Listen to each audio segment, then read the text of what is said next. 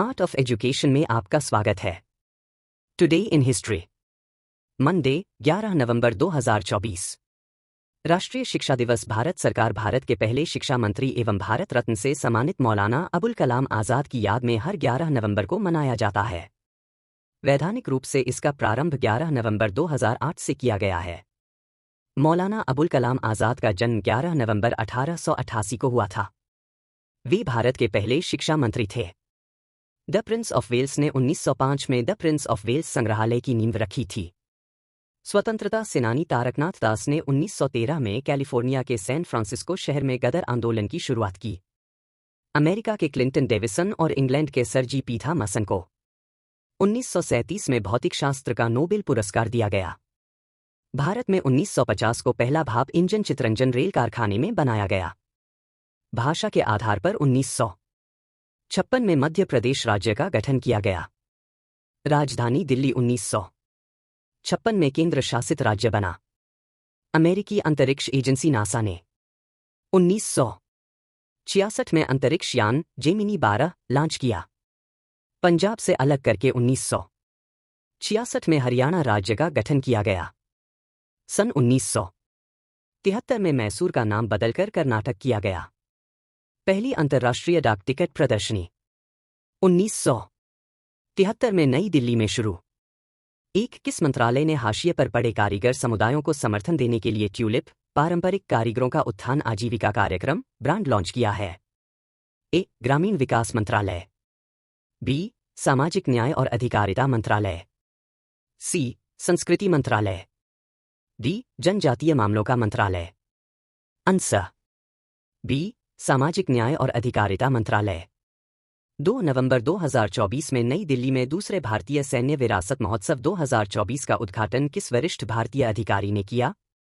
ए. General Upendra Dwivedi. B. Admiral Dinesh Tripathi. C. General Anil Chauhan. D. Marshal Amarpreet Singh. Answer C. General Anil Chauhan. 3 Aligarh Muslim विश्वविद्यालय के अल्पसंख्यक दर्जे पर हाल ही में सुप्रीम कोर्ट ने किस ऐतिहासिक मामले के फैसले को नवंबर 2024 में पलट दिया है? ए. अजीज बाशा बनाम भारत संघ। बी. SR बोम्मई बनाम भारत संघ।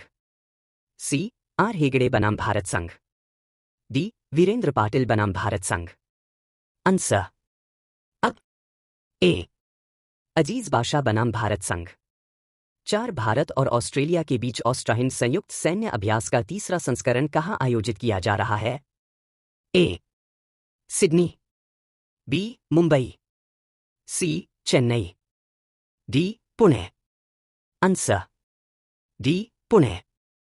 5 हाल ही में अमित शाह ने नवंबर 2024 में दिल्ली में किसकी 20 फीट ऊंची प्रतिमा का अनावरण किया है? A. Tilka Manjhi. B. Arjun Munda. C. Mangal Pandey. D. Birsa Munda. Answer D. Birsa Munda. 6 Dinanath Batra, जिनका हाल ही में निधन हो गया, ने किस शिक्षा नीति को आकार देने में योगदान दिया?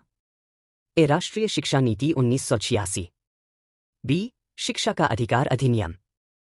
सी. राष्ट्रीय शिक्षा नीति 2020। D. Sarva Shiksha Abhiyan. Answer C. राष्ट्रीय शिक्षा नीति 2020। 7 QS एशिया रैंकिंग 2025 में कौन सा भारतीय संस्थान सर्वोच्च स्थान पर है? A. IIT Bombay. B. IIT Delhi. C. IIT Madras. D. IIT Kanpur. Answer B. IIT Delhi. 8 हाल ही में NTPC लिमिटेड ने अपना 50वां स्थापना दिवस कब मनाया है? ए. 7 नवंबर 2024। बी. 9 नवंबर 2024। सी. 8 नवंबर 2024। डी. 6 नवंबर 2024। Answer A. 7 नवंबर 2024। 2024 में ग्रामीण विकास के लिए तीसरा रोहिणी नैयर पुरस्कार किसने जीता है? A. Narendra Kumar Kumar. B. Ravi Shankar. C. Sanjay Mehta.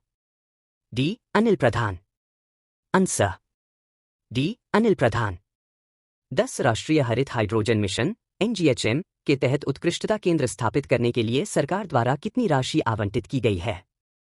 ए 100 करोड़ रुपए, बी 50 करोड़ रुपए, सी 200 करोड़ रुपए, डी 75 करोड़ रुपए। आंसर अ 100 करोड़ रुपए। Map of the day Bharat. Simbalbara national park. Simbalbara national park Bharat का एक राष्ट्रीय उद्यान है जो हरियाणा की सीमा के साथ सिरमौर जिला, हिमाचल प्रदेश के पामटा घाटी में स्थित है। सिंबलबारा नेशनल पार्क में घास के ऊंचे नीचे घने जंगल हैं। संरक्षित क्षेत्र 1958 में सिंबलबारा वन्यजीव अभयारण्य के रूप में बनाया गया था। सिंबलबारा वन्यजीव अभयारण्य को 2010 के वर्ष में राष्ट्रीय उद्यान घोषित किया गया था। सिंबलबारा राष्ट्रीय उद्यान अब 27.88 वर्ग किलोमीटर 10.76 वर्ग मील में फैला हुआ है। प्रजातियां यहां पाई गई: गोरल, सांभर, चित्तीदार हिरण, चित्तल, हिमालयी काला भालू। Map of the day world. Mongolia. Mongolia पूर्व और मध्य एशिया में स्थित एक स्थलरुद्ध देश है। यह उत्तर में रूस और दक्षिण, पूर्व और पश्चिम में चीन से घिरा है। यह दुनिया का दूसरा सबसे बड़ा लैंडलॉक्ड देश है और दुनिया में सबसे कम आबादी वाला देश है। देश को अनंत नीले आकाश की भूमि और घोड़ों की भूमि के रूप में जाना जाता है। मंगोलिया के परिदृश्य पर दक्षिण में गोबी रेगिस्तान और पश्चिम में विशाल अल्ताई पर्वत का प्रभुत्व है।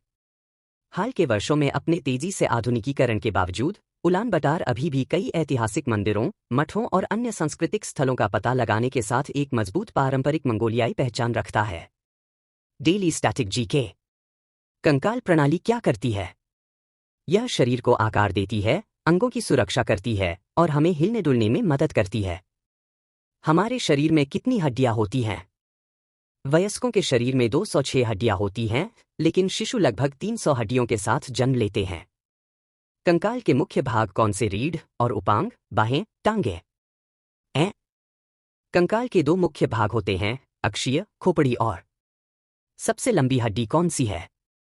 जांघ की हड्डी, जिसे फीमर कहा जाता है, सबसे लंबी हड्डी ई और मजबूत होती है।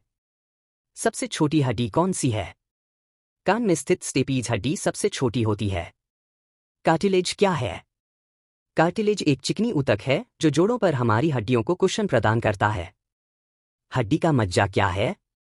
हड्डी का मज्जा एक नरम ऊतक है जो हड्डियों के अंदर होता है और रक्त कोशिकाओं का निर्माण करता है। हड्डियों को मजबूत रहने के लिए क्या चाहिए? हड्डियों को मजबूत और स्वस्थ रहने के लिए कैल्शियम और विटामिन डी की जरूरत होती है। ऑस्टियोपोरोसिस क्या है? ऑस्टियोपोरोसिस एक ऐसी स्थिति है जिसमें हड्डियां कमजोर हो जाती हैं और टूटने की संभावना बढ़ जाती है। हड्डियों को क्या जोड़ता है? लिगामेंट्स जोड़ों पर हड्डियों को एक दूसरे से जोड़ते हैं। मांसपेशियों को हड्डियों से क्या जोड़ता है? टेंडन्स मांसपेशियों को हड्डियों से जोड़ते हैं जिससे हम हिल सकते हैं।